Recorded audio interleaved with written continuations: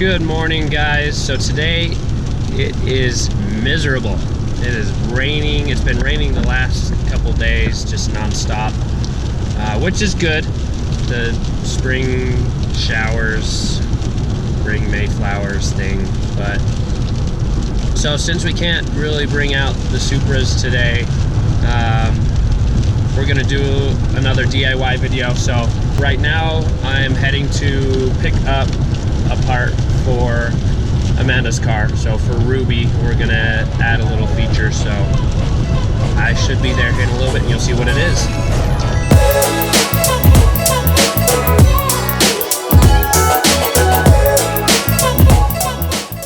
Okay, so I just picked up the part right there. So, but I'm gonna concentrate on driving home a little bit safer. There's a lot of standing water now, so I will see you again right when I get back home.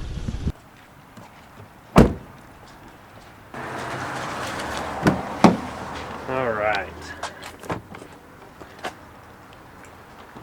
Now we're back home. There's Ruby, and that is what we got. So a little Defi Racer boost gauge. All right, so I'm home now, and what we picked up was a boost gauge. So what she has in there now,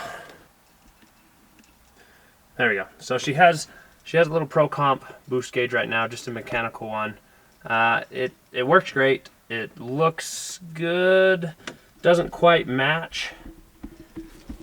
Doesn't quite match as much as we want it to, and it doesn't light up. So at night when we're driving, we can't see the boost. So we got this one. It's blue LED. It's going to match with her dash. It's going to match with her HVAC. So hopefully it should look pretty good. Once again, this is another thing that I have never installed before. So the steering wheel was a first. This boost gauge is going to be a first. From what I've heard and what I've seen, they're pretty cut and dry, pretty simple. So I think the hardest part is going to be tying it into the correct wires, just so it lights up at the right time. It gets brighter when you turn on the headlights, or turns off when you turn off the car. So what you'll need is a voltmeter, just to measure. We'll poke around in some wires and find out the right one that has the correct current at the right time. So this is my first time. It's going to be a little rough, but I think we'll make it. Let's do it. Let's start the teardown. Okay, so as far as tearing apart the panels, basically you have 1, 2, 3, 4, 5. You have 5 screws up here on the top of this first piece.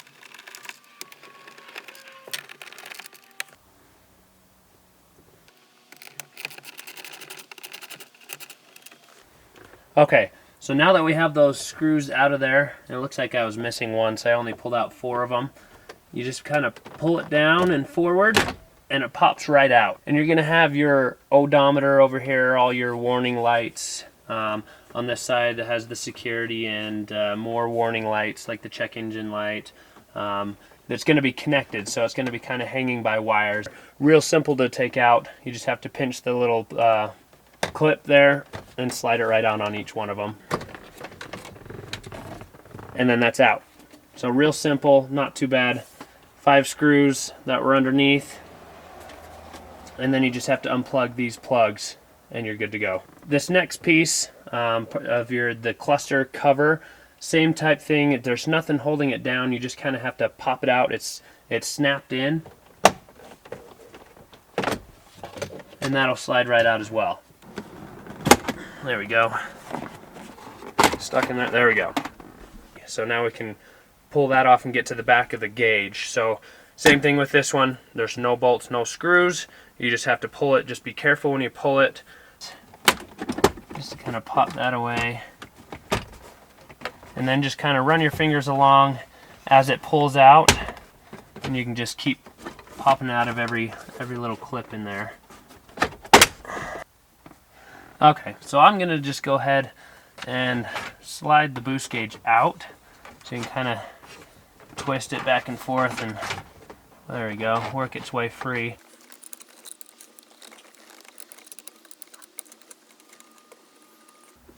All right, And there you have it. So the AutoMeter Pro Comp boost gauge is off. The reason I like these Defi gauges is, let me bring it up close.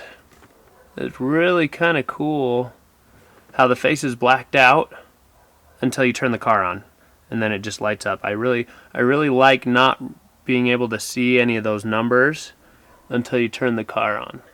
As I've said before, I don't do this shit, so when I tear these things apart, I never know what's going to pop up. But with Defi, I just have 2 plugs back here on the back side of it. See, so I have just those 2 plugs.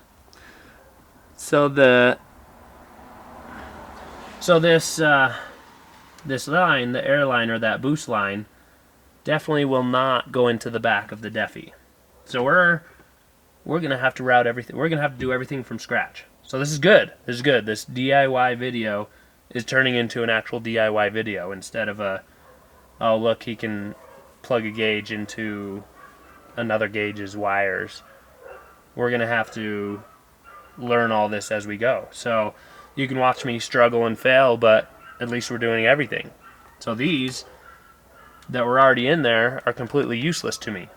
That's good. So let's do this. So this is going to be fun. I have a lot of stuff that I'm going to have to figure out all on my own, right here with you guys.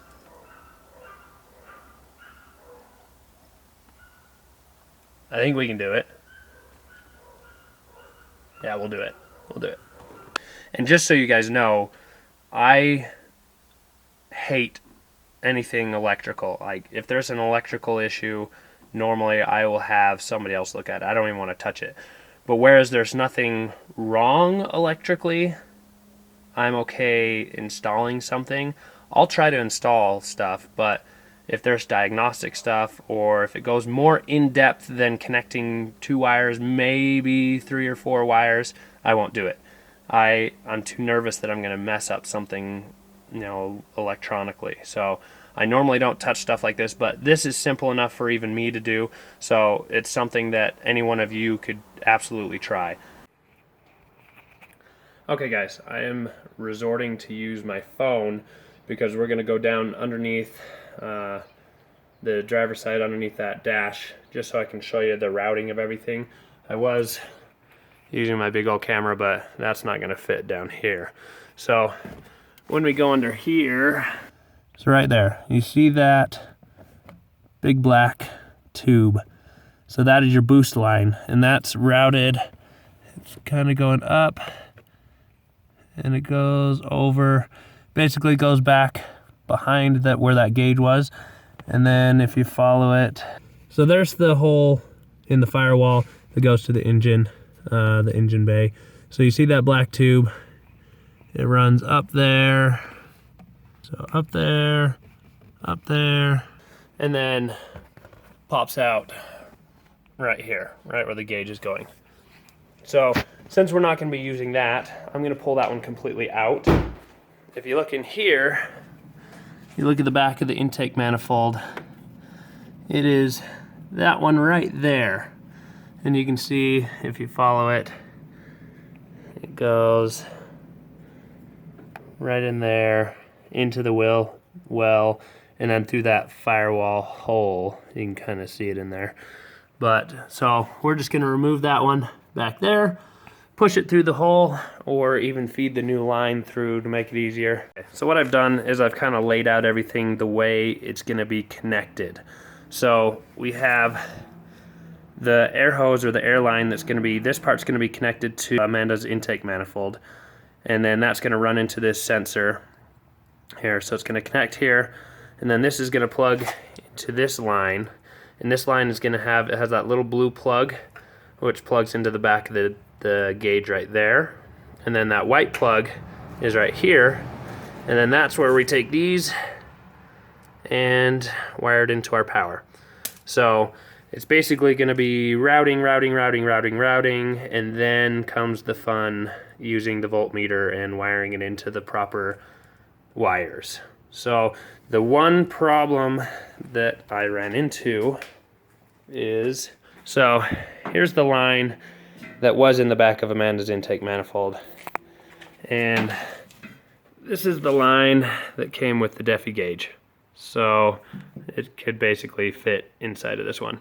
It is too small for the nipple on the back of the intake manifold. So I just need to go get a reducer. So we're gonna get a reducer. So we'll probably use some of this line. We'll plug it in, put the reducer in, plug this in, and then we'll be good to go. I got the reducer. I'm back, and I kind of wanted to point something out. On the back of Amanda's intake manifold, that nipple that's in there, so this one right there, David Stevens over at 2JZ Motorsports, he made that specifically for a boost gauge. So if you have a stock setup or a setup that's different, what you do is you just use this T-piece, just that T, and kind of T into any of the vacuum lines that are in the intake manifold. Well, not any of them. There's some specific ones that you can and some that you want to avoid in certain areas. So, but you just T into any of those vacuum lines that would be appropriate for it. But in this case, it's going to be a lot simpler. And now what I've actually decided to do, it's kind of the easy way out, but I'm going to leave this line all hooked up inside here in the engine bay because it's the right size. You know, it's fed through the firewall into the inside. So I'm going to splice this line that Defi provided for me inside the car. So, and I went out. So I got this little reducer so I can connect that larger vacuum line on this end, and then the smaller one on this end, and then the smaller one. That way we can get it to go in and connect to the Defi wiring. Okay, so here's what I've got so far. I cut that vacuum line that was on the inside of the car, so that was routed up to the back of the gauge up here. So I cut it off right here. So I got that cut off, and I put in the new line. So here's the reducer into the new skinny line. So that skinny line I have connected to that little sensor. The sensor is wired into this plug, and now this little plug, we need to route it in back behind here so it pops out over here so we can plug it back into the back side of the Defi gauge. So now I have that blue plug wired in back here, and it just kind of goes behind the cluster gauge and back down in here. So now I just need to get this part, which is going to be the power and the dimming and all that stuff. I have to route it back through the same way that one popped out of, down underneath here so we can get it wired in. And I've seen some people tap into the radio wiring harness. You can tap into the cigarette lighter, anything really. You just have to find the right voltage on for each wire. But I'm going to route this one down now so it pops out back there, and then we're just going to wire it underneath in there. So I lied. I said I was going to route the wires through and just wire it in underneath the steering wheel. What I'm actually going to do is just take some of these wires in here and use those. So what we need is constant 12 volt, 12 volt with the ignition on, 12 volt when you turn the lights on, so the lamp, and then just a ground.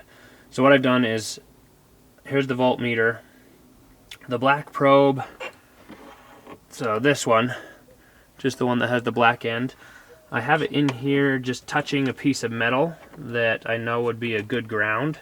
Take this one and you just start poking things. So poking wires to find out which ones you want. So I just took the probe and I touched the metal end at the very end of the plug. And if you can see that meter, can you see that? There we go. If you can see the meter, I touch both of these, nothing happens. If I turn the ignition on to the on position, but if I touch the other side, bam, 12 volts of power. So that means that's our 12 volt source when the ignition is on. So we found that. Now we just have to find the constant 12 volt and then the 12 volt that comes on when we turn the lights on.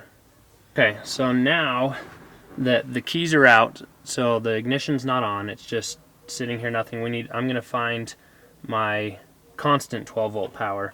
So and I'm gonna tie into this little plug here that was going to the odometer and all those kind of warning lights, seatbelt lights, airbag light, and kind of prod around a couple of these, and I just kind of stick it in there and touch the metal piece that the wire's hooked up to. Nothing. Let's see. And 12. So a little bit above 12, but I have a white wire that's going in there that has 12 volts while the ignition is off. So there's our 12 volt constant. So if I go over here, there's this green, what is it? It's a green and brown wire. If I poke it right now, there's nothing happening, okay? But let's see if I can get it in there well enough. So we're at 0 right now while we're poking it.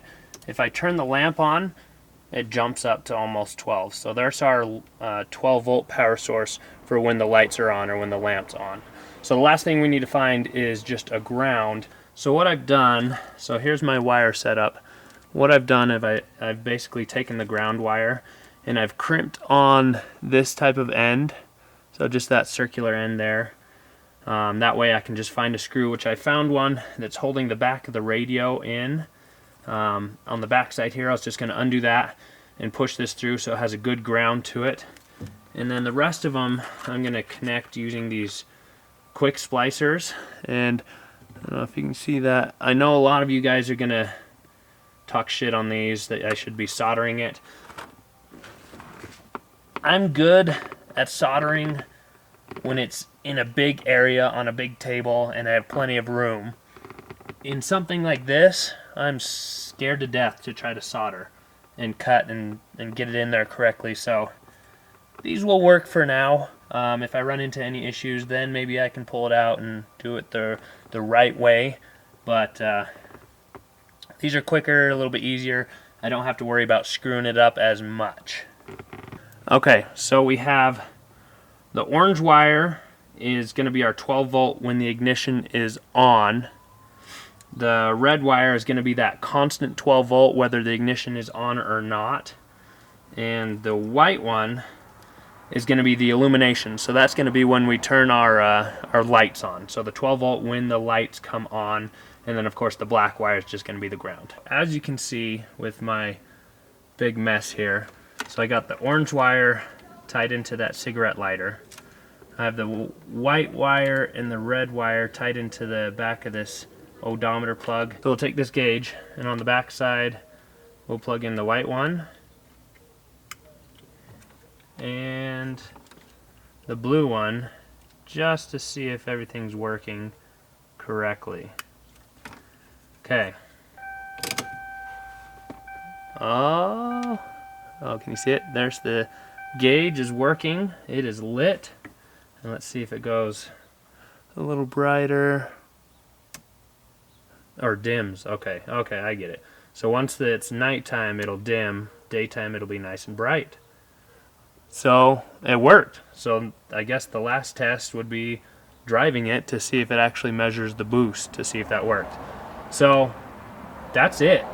Now we just have to put everything back together, hide all the wires, kind of zip tie them back in there so they're nice and clean. But for the first time ever wiring in a gauge, I don't think I did too bad. I mean, it looks a little bit messy. I know it could have been done maybe a better way, but for just learning along the way, I don't think that I failed.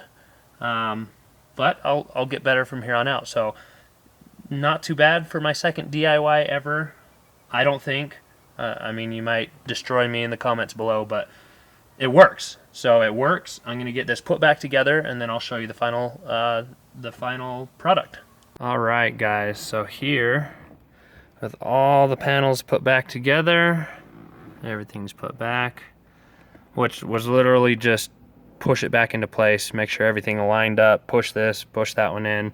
The ones that go around the cluster gauge, push it in, and then you have to kind of finagle this one in. Once you find it, it slides right in and then pops up, and then you just put in your 5 screws up underneath here, and you're good to go. So there's the gauge. That's what it looks like turned out. pretty nice. And this is just a little cover. You can pull that off, and it has a silver trim instead of the kind of the black with the little silver accents in there. So here we go, start it up, see what it looks like on my phone camera, see if I can get a better angle. There's the dance, and it's good to go. And then if we turn the lights on, it dims out. So that's it. So we have a nice working Defi Racer boost gauge. All right guys, so that is it. That is my DIY installing a boost gauge video. It is my, like I said, my second DIY video I've ever done. If you look down there, where is it? Oh, down there. It's just, I've made a mess, but I feel good. I feel successful. I mean, it works. Nothing's on fire. Nothing's too broken. I think I had a little bit of a success. I feel good. If you liked it, comment, subscribe below. If you didn't, let me know what I should have done right. I'm new at this. I felt less prepared for this one than the steering wheel, but this one, I feel like I was a little bit more successful. The steering wheel, I wasn't able to get the horn to go just yet. We're still going to do that one. But this one, everything works. Everything works the way I wanted it to. There was no bumps in the road. I had never really used a voltmeter before. That was simple. So if you liked what you saw, like I said, subscribe below, comment, like, let me know what you want to see, and we'll see you guys in the next video.